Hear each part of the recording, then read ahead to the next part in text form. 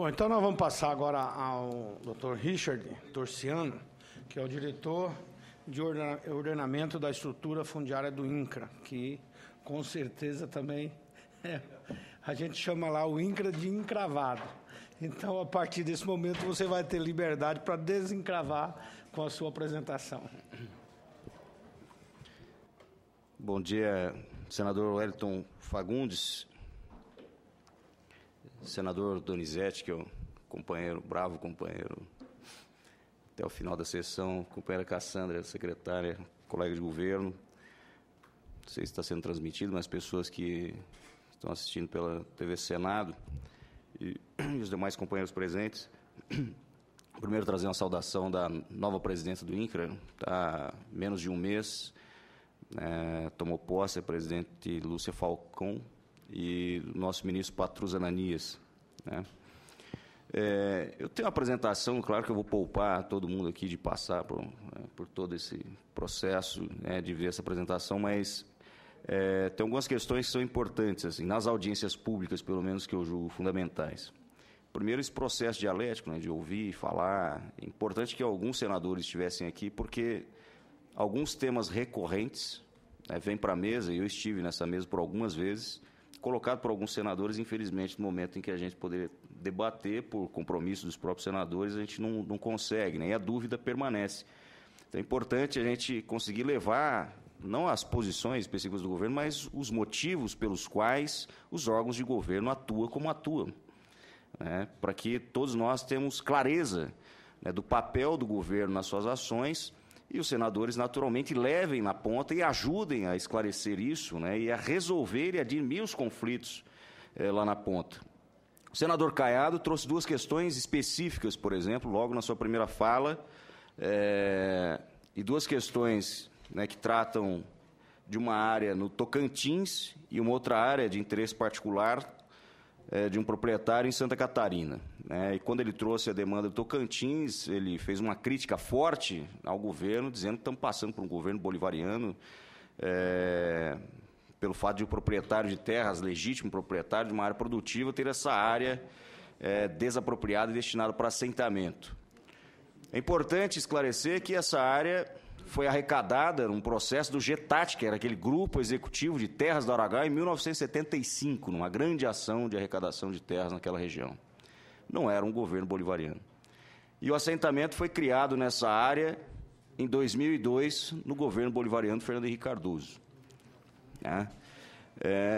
Não é a ação do governo Lula nem do governo Dilma, esse processo de criação do assentamento sobre a propriedade que o senador trouxe aqui. A propriedade trata do seu interesse. Em Santa Catarina, um processo de ocupação de terras numa área particular, né, que o INCRA não regula o processo de ocupação de terras pelos movimentos sociais no país, né? Ele vai verificar se o proprietário está ou não cumprindo a função social da propriedade ou se ele está cumprindo a lei, né? Esse é um papel do Estado, o papel do órgão de governo e o papel do INCRA. Se não estiver cumprindo a lei, né, naturalmente os senadores aqui não vão defender aqueles que não cumprem as leis, né, nós temos que cumprir aquilo que cabe ao INCRA, que é desapropriar essas áreas e destinar para a reforma agrária, para aquele grupo que, né, esteja devidamente habilitado para ser assentado. Agora, sobre o tema em específico, que pairou aqui, vários assuntos no que diz respeito ao ativo, a secretária coloca muito bem, o ativo terra, que no país tem um valor imensurável. O pano de fundo, para mim, para não entrar especificamente nas discussões ali da apresentação, né, é um tema que o Brasil tem enfrentado no último período, assim como vários países do mundo enfrentaram, né, há muitos anos atrás, há décadas, há séculos alguns enfrentaram, que é o tema da governança da terra, né? Eu acho que se nós não enfrentarmos, né, esse tema de forma organizada, articulada, e estamos fazendo isso, né, secretária Cassandra, entre vários órgãos do governo que lidam com a questão fundiária do país, olhar a questão fundiária, a gestão do território, né, de forma minimamente unificada entre os vários órgãos do governo, e com a ajuda das prefeituras, dos estados, né, do Senado, da Câmara, enfim, do Legislativo Municipal, nós vamos ficar constantemente tratando de questões específicas e pontuais e não conseguir enfrentar o problema maior, que é o pano de fundo, que é o tema da governança da terra. Quando a gente fala de governança, nós falamos de afetação, de ocupação territorial, a dinâmica de ocupação territorial e as afetações promovidas pelo próprio governo. Quando a gente trata de governança, a gente trata da necessidade do governo ter cada vez mais condições de fazer a gestão do seu território de forma qualificada.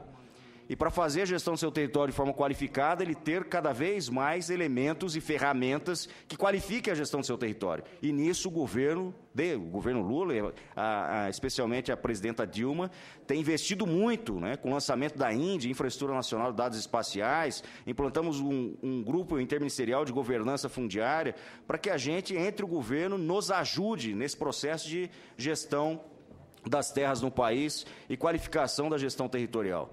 Nós temos no país hoje mais de 200 milhões de hectares de áreas georreferenciadas com precisão posicional de 50 centímetros. Isso significa, nós temos o controle das propriedades de ocupação territorial de um território superior à área da Espanha, da França e da Noruega juntos, né?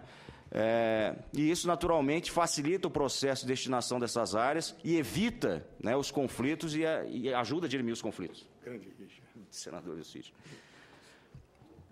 Companheiro Delcídio, e nesse sentido, o senador Donizete faz um questionamento também com relação à implantação do CNIR, que vem lá da Lei 10.267 em 2001. A lei que apontou no país hoje e é vista lá fora como um exemplo, né, no papel da gestão da estrutura fundiária. Eu digo que é um exemplo porque o ano passado eu circulei alguns países para tratar desse tema. Como o secretário Sérgio disse, nós já recebemos prêmios nacionais, fomos apresentar em Washington recentemente essa iniciativa do governo, né, que é o CIGEF, que tem relação direta com o Cadastro Nacional de Imóveis Rurais e a implantação do Cadastro Nacional de Imóveis Rurais, né? A implantação hoje está...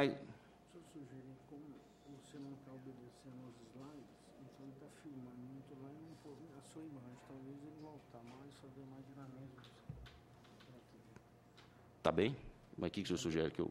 Não, eu digo assim, como você está discorrendo muito tempo, não está passando os slides o tempo todo. Então, na TV fica a imagem parada. Entendi. Não, eu vou tocar lá.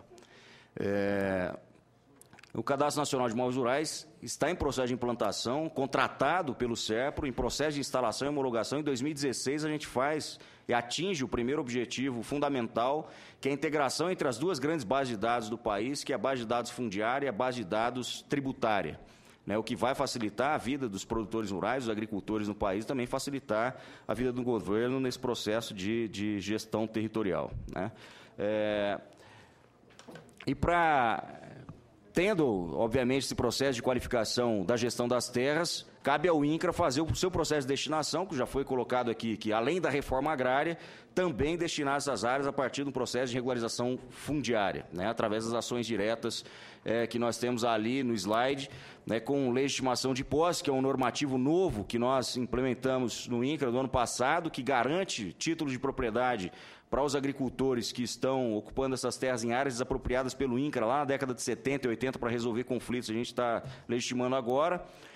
A ratificação de títulos em faixa de fronteira, que é um projeto de lei importante aqui do senador Gurgax, no PLC 90 de 2012, que facilita, né, radicalmente o processo de ratificação de título em faixa de fronteira, que hoje é um calvário para chegar na ratificação de um título na faixa de fronteira, e só no estado do Paraná nós temos mais de 40 mil agricultores, né, com processos homologados na superintendência do INCRA para fazer essa ratificação, e o projeto de lei elimina boa parte, 80% a 90% dessa burocracia, e a arrecadação e concessão de áreas que nós já ultrapassamos mais de 6 milhões de hectares de áreas concedidas ao ICMBio, para que o ICMBio opere um processo de regulação fundiária das unidades de conservação. Pode passar, rapidinho.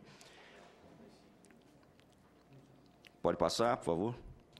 E um tema importante para nós, o senador de Alagoas, o senador Benedito não está mais aqui, mas separar e olhar o país com as suas peculiaridades regionais. O Sérgio tratou aqui da Amazônia, nós temos mais de 50% do território nacional concentrado na Amazônia, onde nós temos o maior volume de terras federais arrecadadas, menos de 10% daquele território hoje passível de destinação através da regularização fundiária, mas no Nordeste brasileiro nós temos indicativos de que vários municípios, em alguns estados, boa parte dos municípios, a sua área majoritariamente composta por terra devoluta estadual.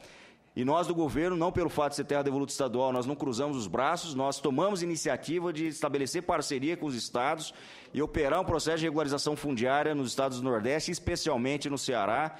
Nós já repassamos aí para os estados mais de 40 milhões de reais e conseguimos aí a emissão de mais de 132 mil títulos para a agricultura familiar naquela região. Pode passar? Pode passar.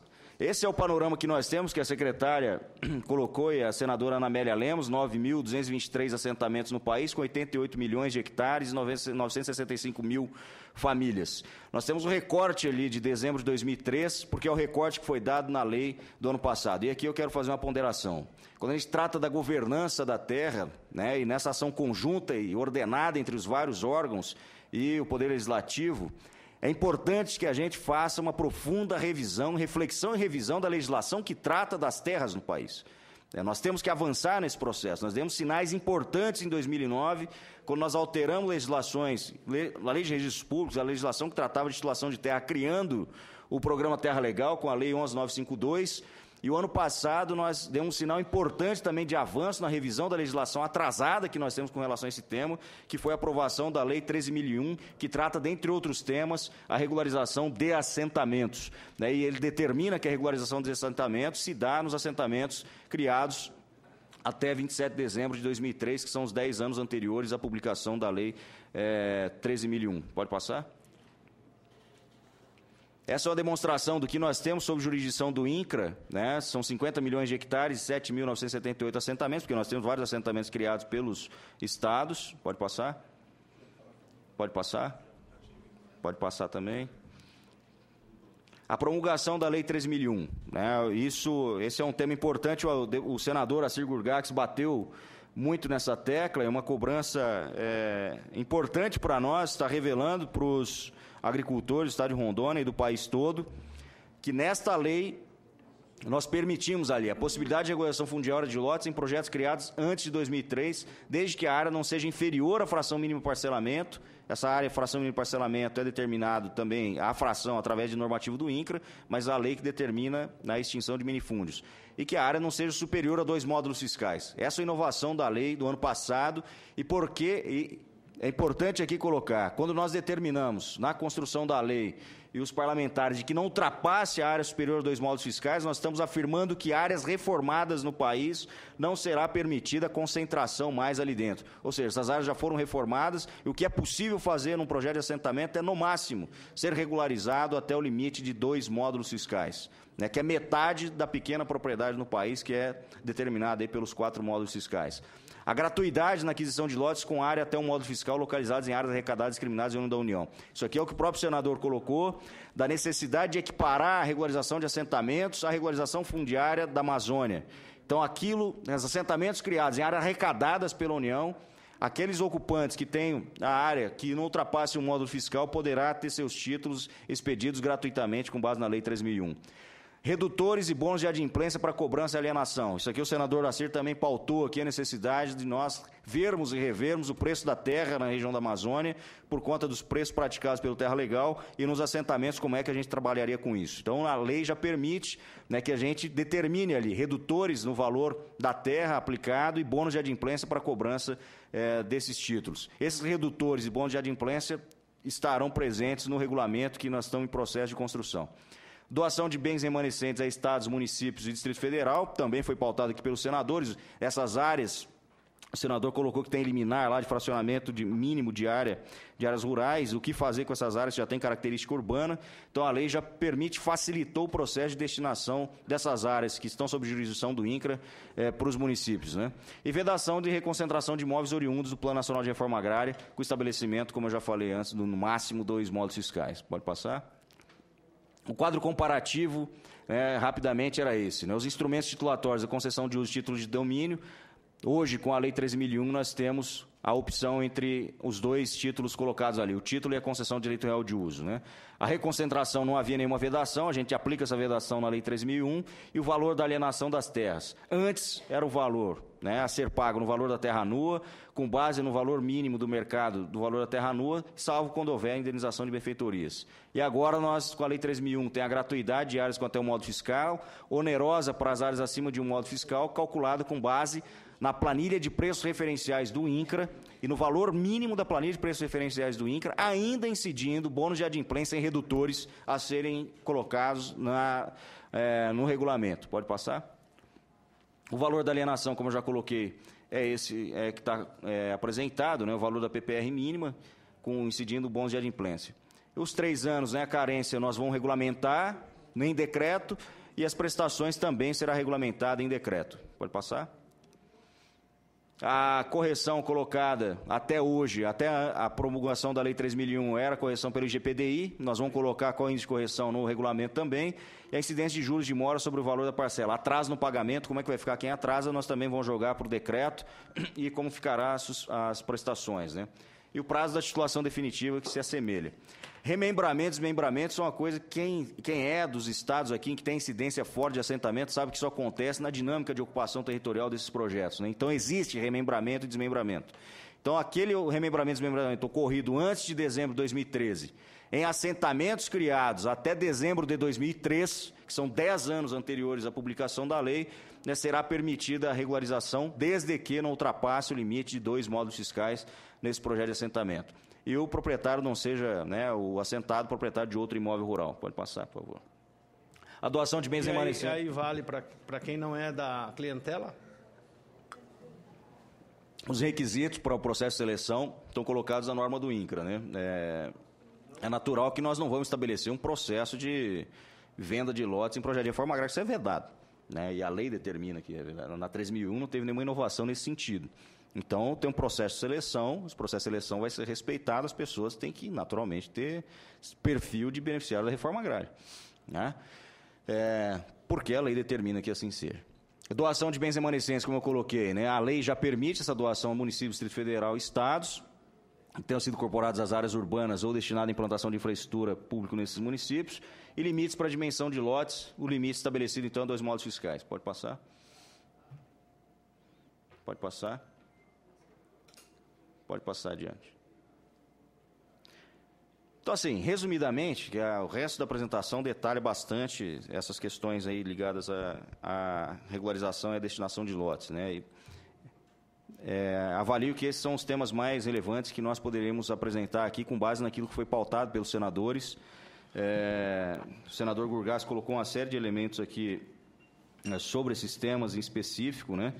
Ele coloca um problema, que é um problema no país, que era a impossibilidade de resolver o problema das áreas periurbanas ou de propriedades com destinação rural em municípios em que a lei veda a regularização ou a titulação ou a abertura de matrícula para áreas inferiores à fração mínima de parcelamento.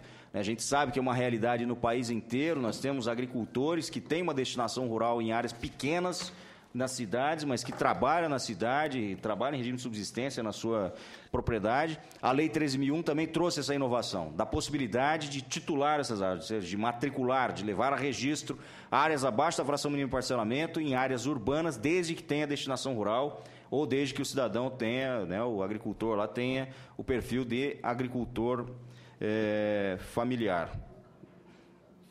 Dos demais temas, eu acho que nós conseguimos aqui abordar praticamente todos, né?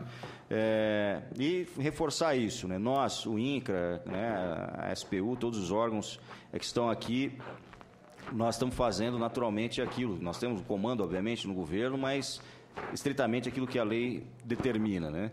Em temas complexos como os temas da governança, o tema de destinação de áreas, destinação territorial, garantia de direitos, sempre há complexidade sobre a garantia de direitos, quem é o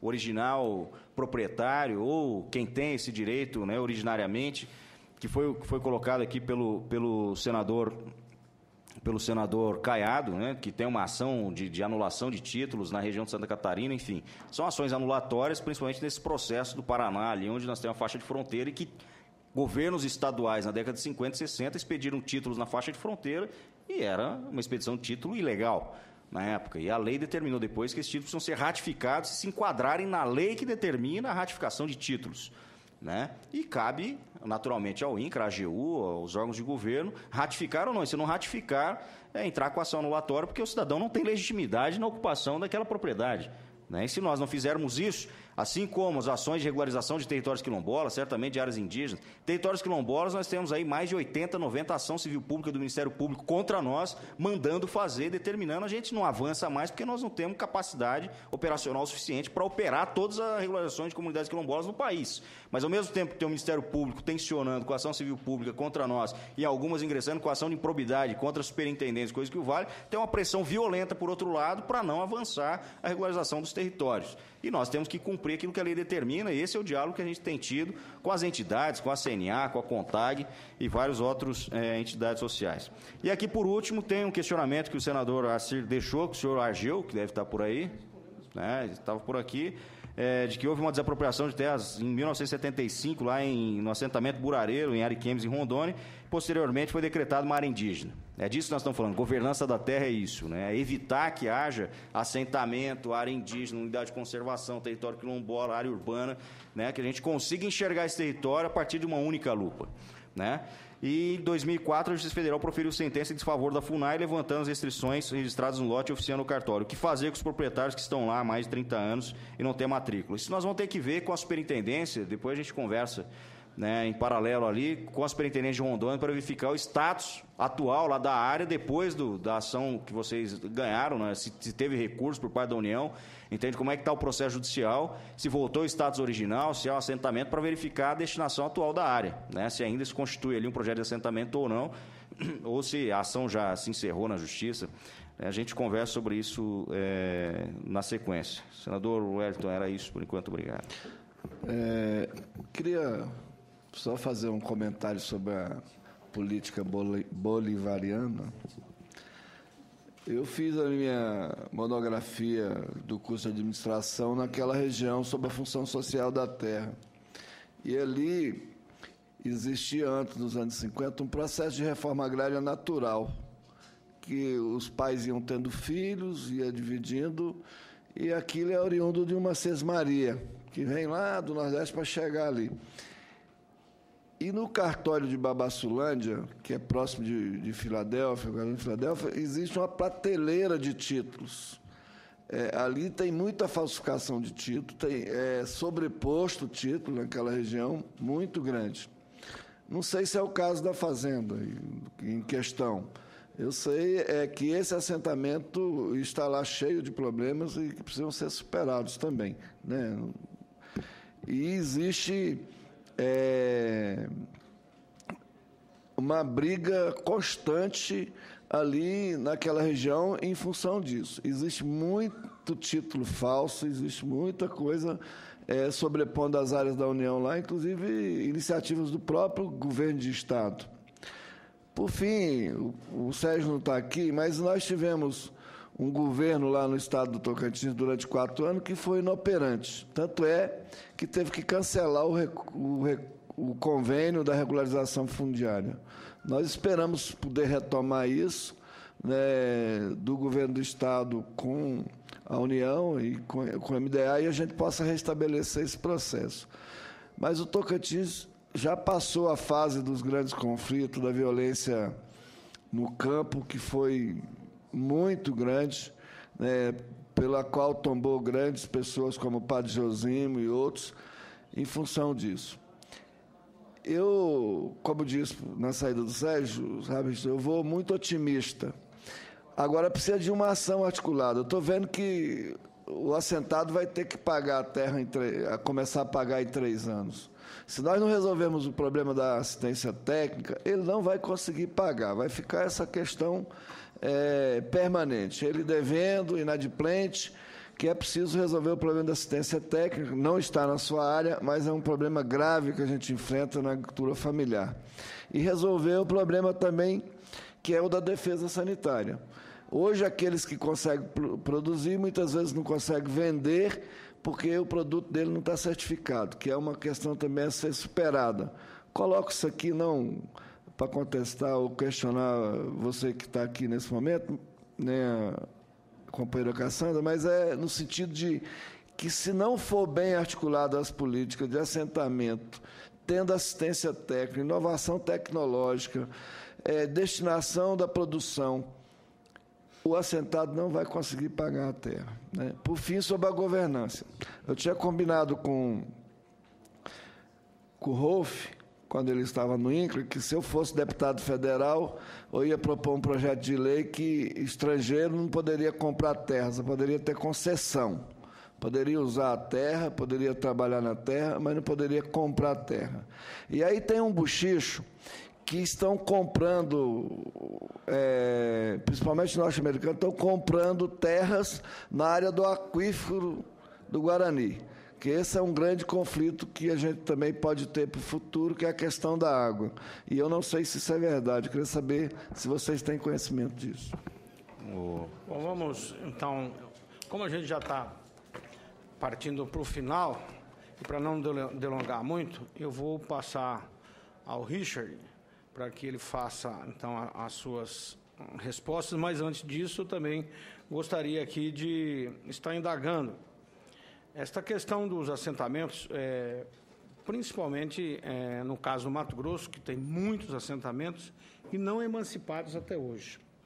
Muitos desses assentamentos, dada a sua valorização, as terras valorizaram muito. Tivemos agora, inclusive, a Operação Terra Prometida, e a gente não sabe ainda como ficou a Terra Prometida, né? E mais alguns assentamentos também mais próximos urbanos, como a senhoria explicou aí, mas, em função disso, mudou totalmente a clientela. O INCRA, como é a tendência do INCRA, isso até para a população que está lá hoje. Aqueles assentamentos que já têm aí mais de 15, 20 anos, como que se dá hoje a documentação para o segundo, terceiro, quarto, que já está lá presente? Por exemplo, existem assentamentos que a gente sabe que assim, existe todo tipo de atividade, inclusive comercial, em alguns assentamentos do INCRA. Por outro lado, nós temos lá no Mato Grosso, em Nobres, na comunidade de Bom Jardim, um grande assentamento também do INCRA, com um potencial ambiental muito grande. Mais ou menos o mesmo potencial de Bonito do Mato Grosso do Sul. Aliás, lá se fala que Nobres é mais do que bonito. Nobres, é lindo, né? Então, e lá não se desenvolve atividade turística porque não tem também uma documentação. Ou seja, o proprietário, seja assentado ou outro tipo de empresário, não tem como investir na área. E é um projeto de desenvolvimento do Estado, do município, lá o governo do Estado já levou asfalto, enfim, na tentativa desse desenvolvimento turístico.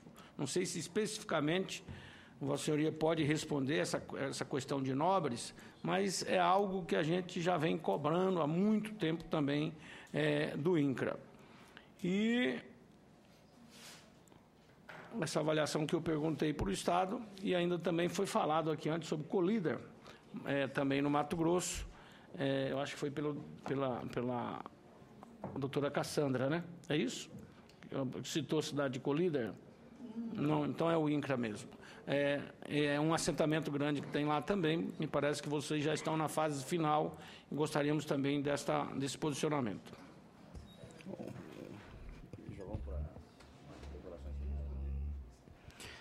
Bom, sobre as questões específicas, senador Donizete, nós tivemos um cuidado, e os deputados também tiveram cuidado na construção da Lei 3.001, que é o prazo de adimplência determinado ali para os assentamentos que estão consolidados. E a determinação da consolidação vai se dar no decreto, na regulamentação, mas um pré-requisito básico é a concessão de todos os créditos e ter uma infraestrutura no assentamento. Então, em tese, são assentamentos que têm mais de 10 anos. Em tese, não. A lei determina que são assentamentos que têm mais de 10 anos, criados há 10 anos antes da própria promulgação da lei, que é de 2014, e que tenham recebido os créditos e que tenham uma infraestrutura. Então, nós partimos do princípio que esses assentados já têm uma vida própria no seu processo, já estão produzindo há no mínimo 10 anos. É natural que esse processo de titulação ele também vai respeitar um corte cronológico e vão iniciar esse processo de assentamentos mais antigos, ou seja, aqueles que têm mais de 10 anos, mais de 15 anos ou 20 anos. né, que é uma necessidade que nós temos de tocar. Então, partimos do princípio que quem está ali sobre essas áreas há 10, 15, 20 anos, né, com mais 3 anos de carência, terão, né, as condições aí para arcar com os custos. Se for na Amazônia, tem um modo fiscal, vai ser gratuito, né, e mesmo sendo fora da Amazônia, todos aqueles redutores que vão ser estabelecidos ali, bônus de adimplência, vai naturalmente constituir aí um valor da terra que seja abaixo do próprio valor de mercado, né? O senador Wellington Fagundes, os demais senadores, a presidenta Lúcia tem enfatizado, e o ministro Patrus, que esse processo de regulamentação vai passar por um processo de diálogo, né? E certamente essa casa fará parte desse processo de diálogo para que a gente regulamente, acatando e ouvindo essas condições, as questões que são peculiares dos estados. Olha, como vai se dar, qual é o perfil, naturalmente nós não vamos mudar aquilo que está na lei, nem inovar no decreto, mas no decreto dá para compor ali uma série de questões e recepcionar uma série de questões ainda que compreendem esses problemas que o senhor, inclusive, aponta aqui sobre essas ocupações, os assentamentos do Mato Grosso, né? Os requisitos estão determinados, tem que ter naturalmente o perfil que está determinado na lei, o perfil de reforma agrária. O INCRA não vai se tornar uma grande imobiliária no país, entende? Se você vai, faça a reforma agrária e depois um vai lá e compra, vende, o INCRA está regularizando, né? O processo de regularização ele se dá com base nos requisitos que estão na lei e estarão no próprio decreto. Depois, o cidadão titulado, ele cumprindo os requisitos que estão naquele título, essa área, né, não ultrapassando 2 módulos fiscais e não reconcentrando de novo, ela entra e o cidadão, se quiser, tiver vontade, disponibilidade de dispor desse imóvel, ele vai poder dispor. Com relação aos estrangeiros, esse é um tema polêmico, complexo, que a gente enfrenta no país. Nós ainda estamos aí, né, vigindo com a Lei 5709, que é lá da década de 70, e com o parecer da AGU, que é um parecer de 2010. A inovação que nós tivemos em 2010 no parecer do ministro Adams é que pessoa jurídica brasileira de capital estrangeiro se equipara à pessoa jurídica estrangeira e, se equiparando, ela necessariamente tem que cumprir os mesmos requisitos da Lei 5709. Nós temos limitações determinadas na lei, onde território do município não pode ter mais de 25% da área ocupada por estrangeiros ou mais de 10% da área ocupada por estrangeiros de mesma nacionalidade. Ele não poderá ter uma área autorizada no INCRA que ultrapasse 100 modos de exploração indefinida, e se ultrapassar isso, precisa de autorização do Congresso. Então, essas são as limitações básicas determinadas na lei e cabe ao INCRA autorizar. E as áreas de pessoa jurídica apresentada para autorização precisam submeter a um projeto de exploração agrícola para ser aprovado no Ministério da Agricultura. Agora, o que está colocado é que, depois, principalmente do parecer da AGU, de 2010, a demanda apresentada no INCRA, que é o órgão responsável por autorizar a compra de terra estrangeira no Brasil, é mínima. Então, se está ocorrendo um processo de ocupação e compra de terra para o estrangeiro no Brasil, estão entrando pelas portas dos fundos, né? Porque o órgão responsável por autorizar e o cartório só deve levar a registro se essa autorização conter, e se tiver as áreas em faixa de fronteira, precisa do assentimento prévio do Conselho de Defesa Nacional. Se não tem esses requisitos estabelecidos, né, tem alguma ilegalidade sendo cometida. Ou alguma burla à lei, enfim, alguma possibilidade que construiu, né, para a compra de terras no país. Mas a lei é clara, os requisitos são claros e o INCRA é responsável por autorizar, né? Óbvio, né, que junto com o Congresso, inclusive, temos que aperfeiçoar cada vez mais o processo de controle de compra de terras no país.